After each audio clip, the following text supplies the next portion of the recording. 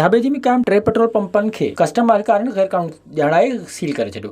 Custom officer Talib Hussain, assistant commissioner Mirpur Sakro, Sajjad Hussain Abro, DSP Qadir Bakhsh खास के लिए SHO धाबेजी गुलाम अली लाखो, धाबेजी में Kamal Madina filling station, Bhambore filling station, Madina filling station के गैर कानूनी ॼाणाए सील करे छॾियो। इन मौके ते एसी शाकिरो सजाद अबड़ो साफ़ियुनि सां ॻाल्हाईंदे चयो त हिते हलंदड़ पेट्रोल पंपनि जे मालिकनि वटि NOC न हुअण करे वफ़ाक़ी हुकूमत जे हुकुम ते उन्हनि खे सील कयो आहे।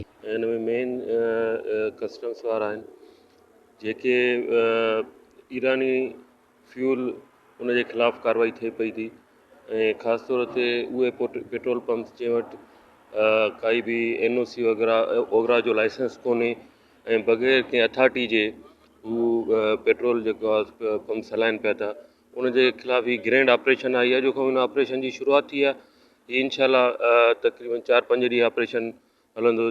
टोटल पेट्रोल पंप्स चेक थींदा, सभिनी जा डॉक्यूमेंट्स चेक थींदा ऐं सभिनी जा लाइसेंसिस चेक थींदा। उन्हनि जा जेके पंहिंजो ऑयल मार्केटिंग कंपनीज़ जी जेके डीलरशिप्स आहिनि उहे चेक थींदियूं ऐं प्लस उन्हनि खे कानून जे मुताबिक़ नोटिसिस ॾिना पिया था वञनि त उहे पंहिंजा डॉक्यूमेंट्स पेश कनि। तेसि ताईं जेको आहे सो उहे पेट्रोल पंप सील रहंदा। यादि रहे त हर महीने इन्हनि पेट्रोल पंपनि खे सील कयो वेंदो आहे ऐं ॾेती लेती बाद कुझु कलाकनि अंदर ई उनखे खोलियो वेंदो आहे, जंहिंजो अज़ाब अवाम खे भोगणो पवे थो। विज़िट कयो अवामी आवाज़ मीडिया ग्रुप जी वेबसाइट awamiawaz.pk।